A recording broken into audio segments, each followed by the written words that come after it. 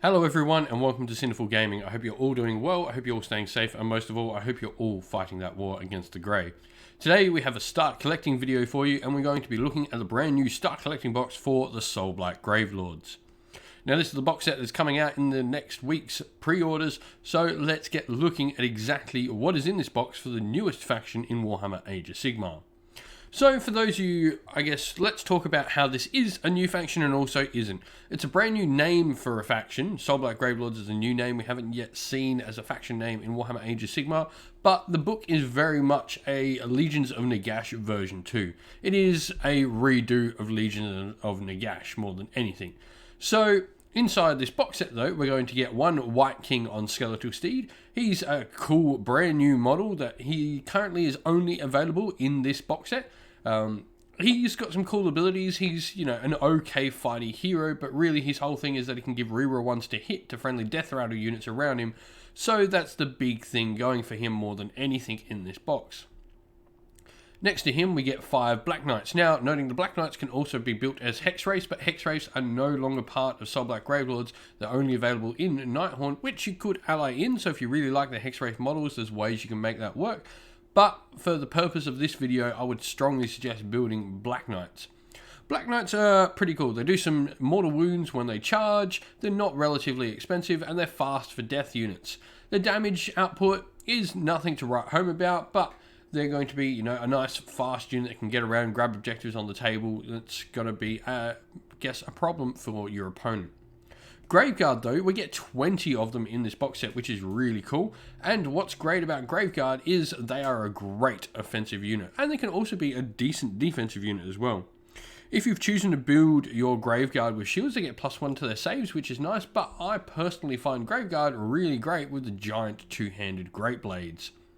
The Great Blades are damage 2 as base, and every time you get some 6s in there, you're going to get some mortal wound output out of them as well, meaning they can be a great offensive unit. Damage 2 with mortal wounds on top is just fantastic and can lead to them doing a ton of damage. And what's cool, Graveguard are units of 10, so you could easily build 2 units of 10 different builds if you wish. You could easily build 10 with sword and board and 10 with great weapons if that's what you want.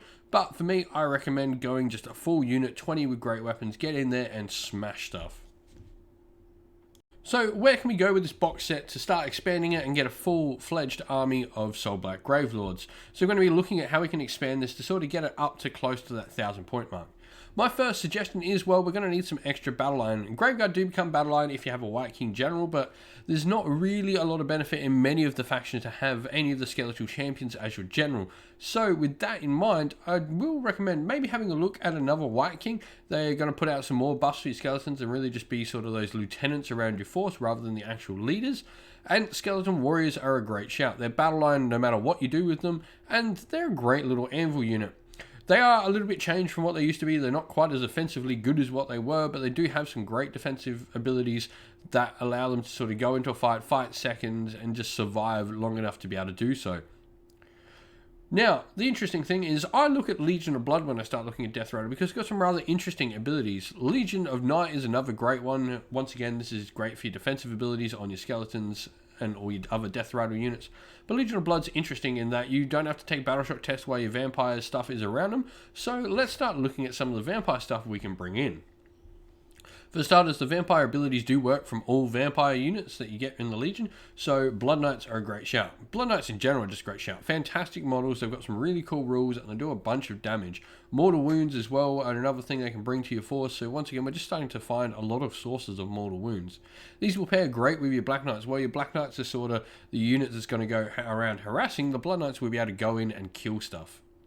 A Vampire Lord is almost a must if we're going to be doing a Legion of Blood, mainly because they're going to be able to use the abilities with a much longer range. The Vampire Lord that's your general is going to have an extended range of all the abilities that allow your Death Rattle units to not take battle shock.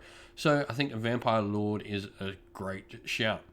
Now, it could be this Vampire Lord. You could bring in a different sort of model. There's a few different options. Obviously, you've also got the Zombie Dragon model in there as well. But I think just for starting, I think a generic Vampire Lord on foot is a great shout.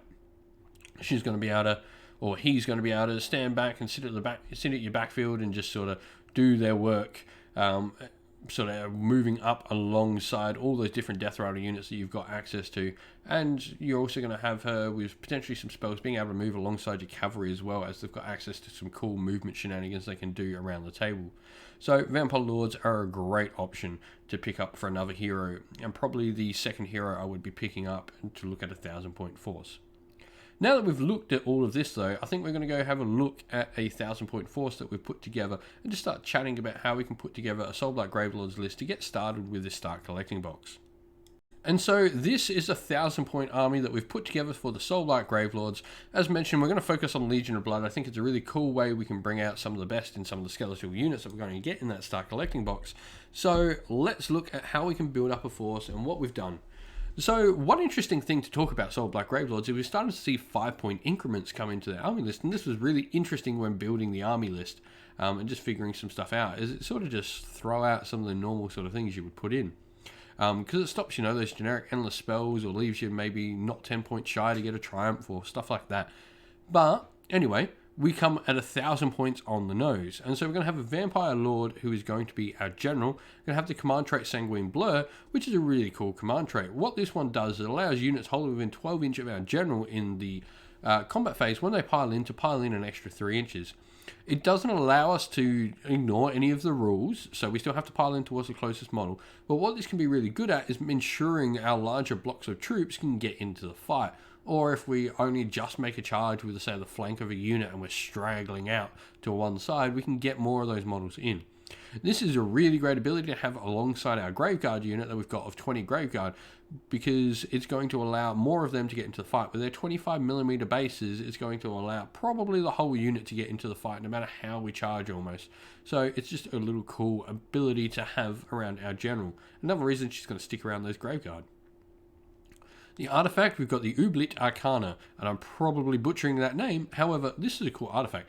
So what it allows you to do, once per hero phase, you can choose to, after you've sort of attempted to unbind a spell, even if you've rolled dice and tried the unbind and all that, you can roll a dice, and on a 5+, that spell is unbound.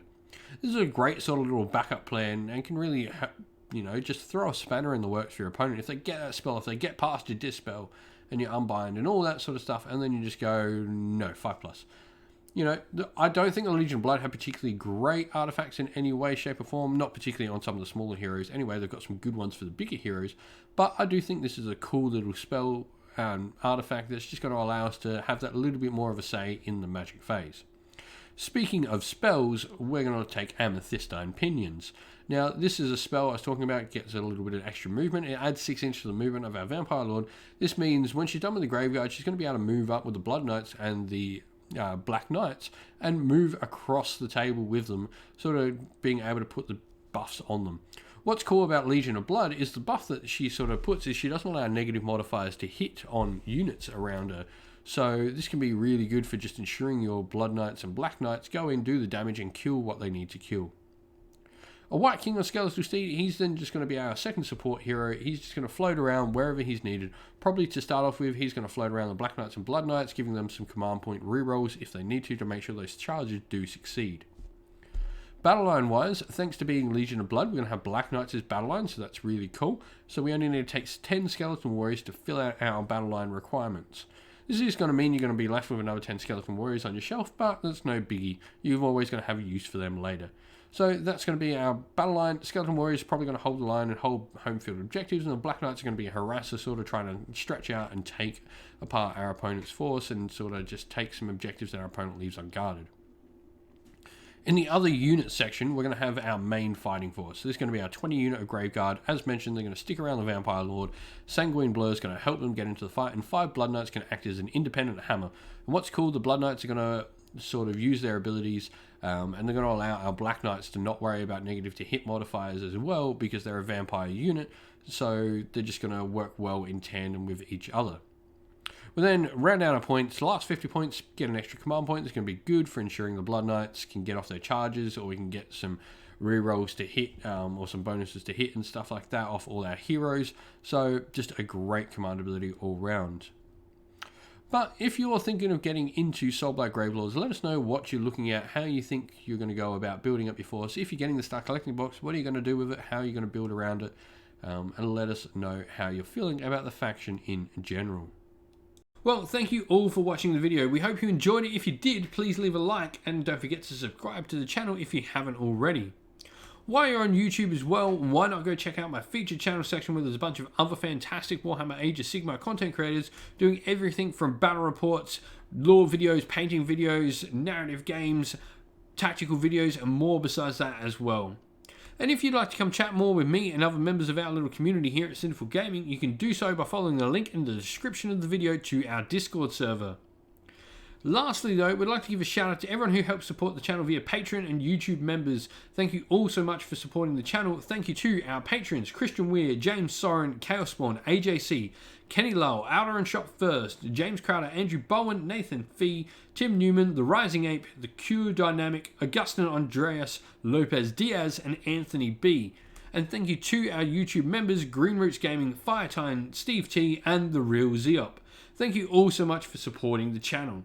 If you'd like to help support the channel like they do and help us keep putting out Warhammer Age of Sigmar content and Warhammer content in general, please do go subscribe to Patreon or YouTube members in the description of the video below.